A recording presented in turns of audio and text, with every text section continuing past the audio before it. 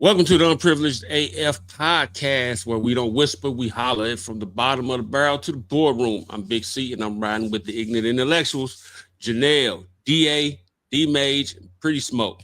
And together we breaking down culture, politics, education, and everything in between with a little side of petty and a whole lot of perspective. If you came for the respectability politics, you might want to back out now. But if you're here to challenge the status quo, laugh through the pain, flip the script on what it means to be black, brilliant, and a little bit bougie on the budget, you're in the right place. So sit back, turn us up, and let's get Unprivileged AF. And don't forget, like, subscribe, and tell your woke cousin and your ratchet auntie this one's for all of us. What's going on, y'all? Hey. Hey, what's going on, people? Hey. Another week of Ig'nit whatever. How was you all's week? Did you all have a good Easter, good holiday? I worked. Oh man, no, I did. What did I do? I went down to Nashville, and I tell you what, there's some world-class people watching in Nashville. Is that right? Yeah, world-class people watching. I mean, it was all shapes. Everybody's throwing on cowboy boots and cowboy hats, trying to dance. And yes, I mean, black, white, Indian, Asian, you name it, they was there. Yeah, you know what? That seems to be the thing now. I guess everybody dressing up like cowboys now. I'm seeing so many people wearing cowboy hats now. Even I have to admit, I have several Stetsons myself in my wardrobe now. You know, so yeah, I done got boots and jeans and all kind of stuff now. I'm going. Oh, wait, hold on. You know the dances, man? No, I don't know no dance. I don't square. I ain't square dancing jack. You ain't got a fan? No. But our family reunion is coming up, and my wife wants to. We went to this website, one of them Chinese websites, and they got bulk fans. So she gonna get bulk fans for everybody at the family reunion, so everybody can have a fan. I said, I'm not doing that dance. I'm not doing it. Just hit me when they do the cha-cha slide. I'll be out there then. Not the cha-cha slide. Or the electric slide, one of them. I don't know. But I ain't doing no boots on the ground. Okay. Well, to answer your question, I just got back this morning from Texas. I had a wonderful Easter. I did cook. I made some smothered turkey wings. They were amazing. I made some collard greens, and they were amazing. I even made some amazing mashed potatoes and asparagus. I know not all that kind of goes together, but it worked out. It worked out really well. My man felt like it was Thanksgiving, like he was just eating, and it was 420. He was just eating and indulging all day long. It just like it was Thanksgiving. He was in heaven. It was great. He had a good day. Okay. All right. Anybody else? I was working. You working. Mhm. Okay. That's it. Yeah. All right. All right. So all right, well, I know we have to we got to get into this first part because I mean, are you all familiar with the Carmelo Anthony case that's going on down here? Well, You all that's the youngster with the box cutter, huh? Yeah, Yeah. yeah. What are your thoughts on that? Me personally, I think it should still be innocent until proven guilty, and I think it was form of self defense. You know, um, I don't, I don't think, as we look more into what was that? Okay. Um, as we look more into it, I'm seeing more and more people talk, finding out more about these twins, and of course, we found out, of course, they was bullying him. So I think it was just a boiling point, so It's another day in America. Same stuff, different day. yeah. Yeah. I mean, I kind of,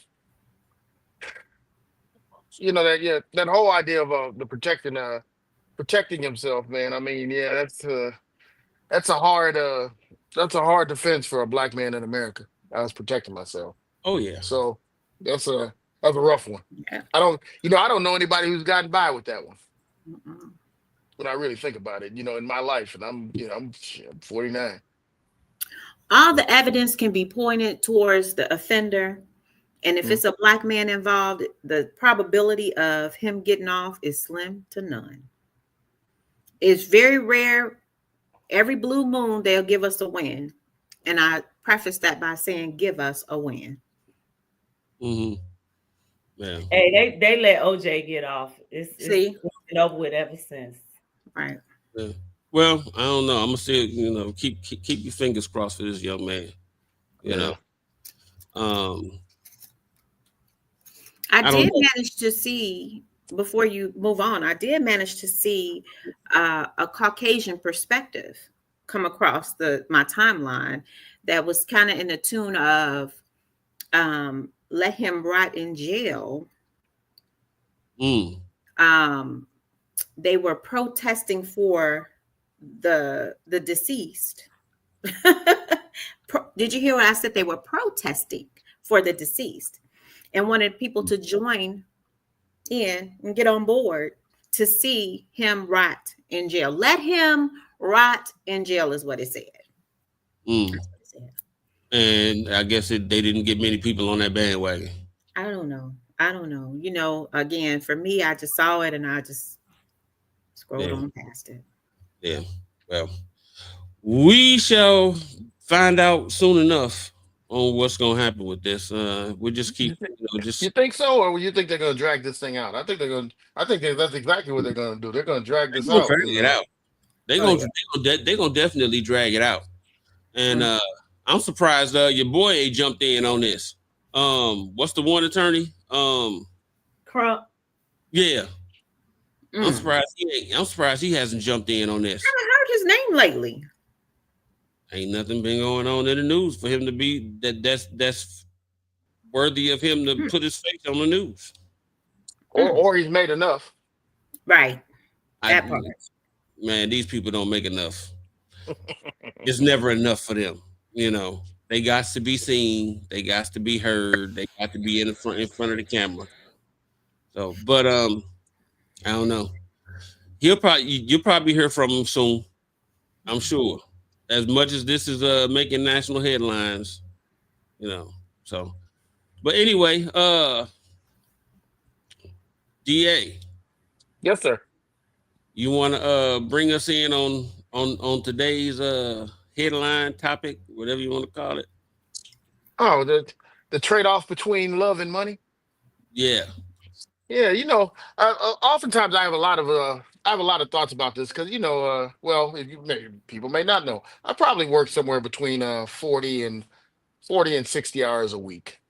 Now it's a labor of love. I mean, I love my job. I probably would do it for free.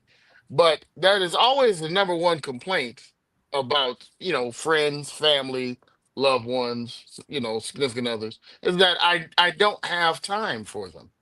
Mm. But it's a catch-22, because if I was sitting at home, and let's just say I worked 40 hours and I was sitting at home, and oh, let's go to dinner. Oh, well, I can't afford that this week, babe. I mean, that would be a whole nother conversation. Now I would be something else.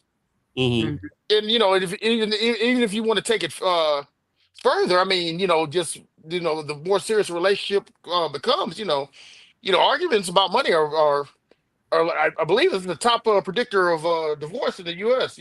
Particularly if early in a relationship. If you're arguing about money, or if if you don't make more than your spouse, men. If a man doesn't make more than his wife, usually the what word am I looking for? Usually the what's called there's always a disconnect there. There's always Mm-hmm. a Power, the power yeah, I imbalance. mean, the women tend to be less satisfied. I mean, and we got two bosses on here, boss women, ladies right here, that I'm sure, I mean, that well, they could probably expound a little bit more about that than I could, how they feel, because I mean, I'm pretty sure they probably well, I don't know, but I would be willing to bet they make more than their significant others. So, and how they tackle it, or maybe not, but let me know. Ladies. I feel like I'm delayed. I don't know why, but I will say, for the first time in my natural Black life, I am in a situation where I do not make more than the man I'm with. And it took me to the ripe old age of 55 to get here. Um, and I do well, but my significant other makes significantly more than me, is what I'm going to say. And it feels good. And it is the first time. And the thing about it is that, but this man has so much humility and is such a servant. I mean, yeah, I'll just say that it's not even what you would expect, like guys I've been with before who didn't make nearly what I make, or didn't make more or close to what I made. They always had some masculine thing to prove, you know what I mean? Like Mm-hmm. it was never competition. I don't compete. I compete with Janelle from yesterday. I don't compete with any other person. Particularly, I don't compete with men. I don't want to be a man. Very comfortable walking in my feminine energy. But men, everybody I was with prior to this point, always felt this need to try to compete with me or try to make me feel masculine for some reason, because I had goals and I was out seeking and trying to achieve them. Whereas this person just pushes me for greatness all the time, and it's a different position and place to be in. So I don't know. This is my 2 cents. It's nice. I agree with you, Janelle. This is the first time that I've dated someone. Well, it's not the first time, but it was the first time it was a serious relationship with intents and purposes of moving forward, because that's not where I was. That's not where I was in my life. I wasn't interested in that at that point, before. But I will say this, I've always been one to date in my tax bracket. And so that I don't have to really worry about that. But dating in your tax bracket means absolutely nothing if the person does not have those qualities that, ensure moving to the next level, i.e. being a humble person, being someone who gives back, those types of things. So I can speak from both perspectives, but I'll say this.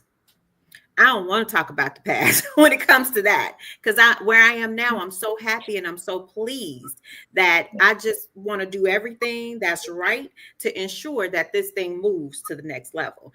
But I will say that if something was to happen and he was not making the money that he makes now, I would still stay, because that's where I am in this relationship.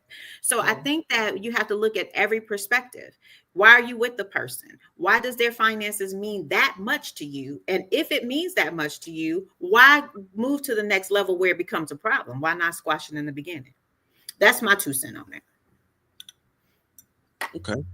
Well, I guess Well, I don't think it's more so as let me.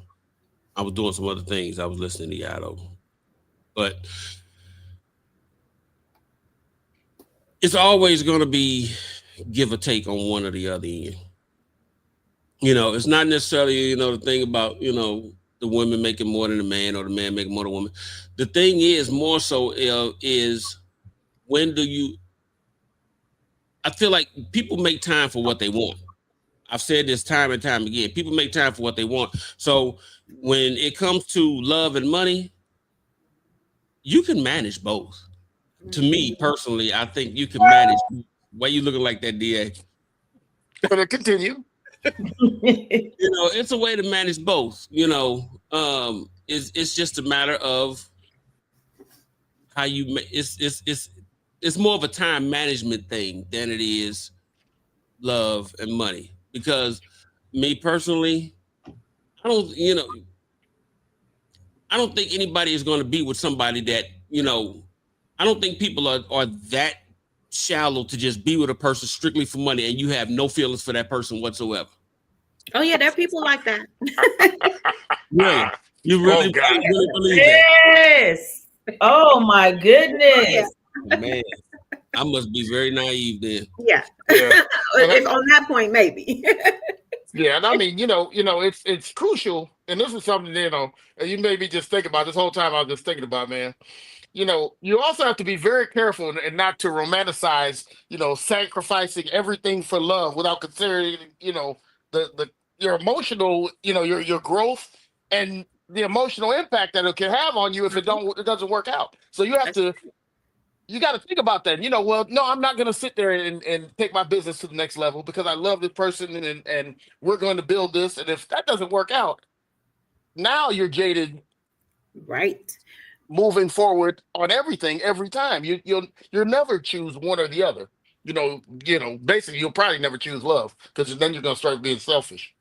And that's what I try to stay out of that whole idea, but it's what's the Nipsey Hussle saying? Tomorrow you can wake up and the person that loved you for the last 10 years could say, I don't love you anymore. But $100 bill is going to be $100 bill. Yeah. Didn't that just happen to Birdman? Yeah. I mean, that just happened to Birdman. What happened to him? Oh, Tony, they've been together for him and Tony Braxton been together for 18 years. And then a couple weeks ago, they secretly had a small wedding and got married. And then 2 weeks later, she filed for divorce.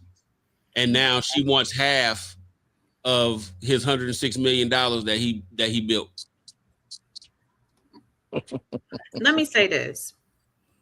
And he is pissed about it. It. That's hype because they let me just say this. Because it's in the media and they've been together for 18 years and we just finding out 3 years ago that they were seriously dating, but it's a joke though, because this man is in the media for a million other things. They are more of a bougie type family that everybody has family with the ghetto fabulous, sisters and all of that. Everybody has something in their family. But now all of a sudden, this is relevancy for Tony Braxton. So again, you know how I am. I'm a conspiracy theorist and I'm the clout chasing. That's what they do. So I don't believe that story. Now, they did say that they were filing for divorce. But at the end of the day, if she was with him for 18 years and she ain't left through the allegations of being a homosexual and all of the other allegations that was out there, I don't think it was real. I'm just going to say that. Well, just see that I know. Yeah. Or maybe she got a real look at them books. Maybe it's not what she thought it was. Maybe she's protecting herself. Maybe. Maybe. Because definitely that's something that, especially in the last 20 years, that goes both ways. I definitely know women who've married somebody and they got the male gold digger. It goes both ways. It's not just a female thing. The narrative is always, well, she's after his money. No, I know plenty of professional women who saw Johnny Rockets or whatever at the club and it's gonna be my husband, and And it didn't end well, very well for him. I mean, you got to be really, really careful these days. Yeah, you do. Yeah. Yeah, you don't know what people are there for. That's why you got to spin the block sometimes. Shit. Oh, now you know I'm an advocate of not spinning the block, but Well, I mean, right is right. But there's some times where you got to spin the block. You take it back to high school and you be 68, but then you go back to spin the block back to your senior high school crush or something, because then you know what it is. You know what they own. They not new to you. You've been knowing them. You gotta sometimes go back to the ones you've been knowing. I'm a witness. You know what? I'm not really an advocate on spinning the block, but at our age, you got to go back to what you know. Yeah, I do agree with that. You have to go back to what you know, because it's like, what was that? It was one of them specials that Sinbad had. Him and his wife was married all these years. They got divorced, got back together, and got remarried. And he was like, them fools out there crazy.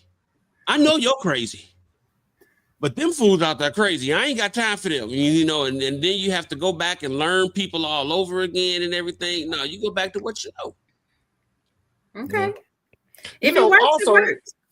Yeah, and this is just a smaller little side note.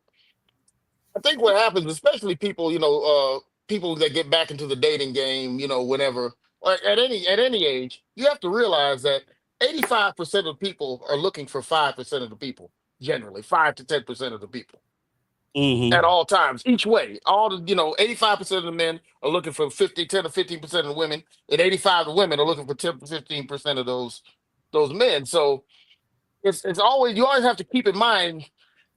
Well, how can I say it nicely? I can't think of a nice way to say it. There's a bit of delusion. There's a bit of delusion in the masses as to what is realistic for them, men and women. And that's what I think gets a lot of people in trouble inside this love versus money. Because if you have no connection, if you can't talk, or there's no physical, if you can't talk to somebody, have a good conversation, there's no physical connection. The next thing people generally do is, oh, well, let's go eat. Let's go on these trips. I'm going to buy you this. They insert themselves financially in people's lives, and that never works long term. Right. Either way. Yeah, you usually have a lot of guys. You see that on that Pop the Balloon show, and a lot of them guys on that show, what do they lead off with? Money. They lead off with their money. For the ones that have some, because some be on there without it. Yeah, and some be on there faking big time too. Like the one dude that to catch the show. I hear about it a lot. Like the one dude that thought he was coming off. Dude, we saw you. Ain't nobody landing a helicopter on the pallet. Okay. You have not seen the St. Louis version of Pop the Balloon, have you? Hey, hold on now. Hey, that's a very good friend of mine. Shout out to Terry. Yeah, I mean, that's I enjoy that St. Louis version. I see these people. I just realized that was a St. Louis version. I just realized that was shot in St. Louis. Horrid. I find it very entertaining because I see these people. I literally see these people. Yeah, DA probably knows some of them people too. I'm sure he does. Because everybody know DA in St. Louis. Yeah. So basically you're just saying that love and money, you can't have one without the other. Hold on. I don't believe in multitasking at all. I don't believe anybody can do two things well. Everything is one or the other. I'm not a big fan of that. I've just never seen it. There's no way of doing one thing without taking energy away from something else in my mind. Unless you get lucky and spin the block. Well, you know what? But see, you have to take those whoopings. You have to take those whoopings to realize, hey, well, you know what? This is what you're willing to deal with. You know what I mean? Because you left for a reason in the first place, right? I agree. Well, I mean, whatever it was, time, the timing wasn't right. different career opportunities, whatever, you know, you left for a reason in the first place. So when you come back around, those reasons may not be, you know, They bigger don't factors. Like, exist anymore. You're right. The reasons you are know, gone. it could be kids, like in, you know, in my case, you know, when I was young, I Or had kids. spouses, or each of us married different people. You know what I'm saying? Could be the Yeah, case. I mean, pretty much. It could be, yeah, it could be all that. You know, we were friends this time, but we were always cool. And when we came back around, hey, you know what? I'm single. You're single. Why not? I mean, That's but it. I don't think you could sit there and do both. You know, I just don't think they work well. I just think what happens is, you know, as we get older, we prioritize other things more than what we were looking at that first time around. I definitely do. I mean, if I can't talk to you, I mean, I don't know what we're doing. I can't. And I can guarantee you that is not what I was thinking in my 20s or 30s. Right. And that's what I was about to say. I think at our big old age, at this Yeah. age, our Mhm. perspectives are different, because I endeavored to tell you that if we had a couple of millennials on here with us, they probably would say something totally different, because they believe they can do any and everything at the same time. Yeah. So I do feel like love is important. I think it is important. I think that if you find your person, and I guess this is gonna sound bad, but I'm gonna have to say it. You know, I ain't gonna never find out, because I ain't gonna date you if you don't have no money. I'm just being honest. You know what I mean? I'm not gonna even go down that road, because I know that down the line it's gonna be some problems. Because if you're not able to maintain the lifestyle that I'm used to, right? And it may not be much. It may not be much, but it may be too much for him. Then we're not gonna get to that point of having to choose between love and money, because already you done X yourself out the box. So now some people say you have those standards where you're looking for somebody who has a lot of money. Does that person have to have more money than you? All I'm saying is I'm dating in my tax bracket, and everybody knows what a bracket is. So it has to make sense if you're going to move to the next level. If you're not going to be able to be the type of man that I'm looking for, which is one who is a leader, a provider, and that type of, then it's no sense in me messing with you, because I already know that when you can't hit that mortgage and my rent and my car note, if I can't do it, then we're going to have some strife, right? So I'm going to have to say, if I had to answer the question, I'm choosing money. I'm choosing money. Yeah, I mean, it's one of those questions that it goes around and around, because, you know, what they say, money can't buy love, but it increases the chance of finding love. But then love decreases the need for you to have money, right? If you're so in love, you don't care. You can break up a pack of noodles with somebody instead of having that I know people like that. I know women. Yeah, I mean, like so that. it's like, but it's a catch-22. It's like you can't buy it, but then on the same token, without it, man, what they say, romance without finance is a nuisance. That's what my dad used to always tell me, and I was like, man, what are you talking about? But I found out real quick. Yeah, I mean, sitting at the house ain't gonna do it. Right. He looked a whole lot better to me when he come in dressed and smelling good, because he can afford to do that, versus coming in looking, with some cheap cologne on. Because baby, if it's cheap, it's gonna hurt my nose, and I'm gonna have to say something. And then that's gonna be, oh, you bougie, you this, you that. It's gonna make you feel some type of way, right? It's gonna be a divide. So you're right. It's gonna always be a problem. Well, I'll say this: for the four of us, we're not in the dating market right now, thankfully, because I watch a show. I won't mention it, but in the show that I watch, men and women both.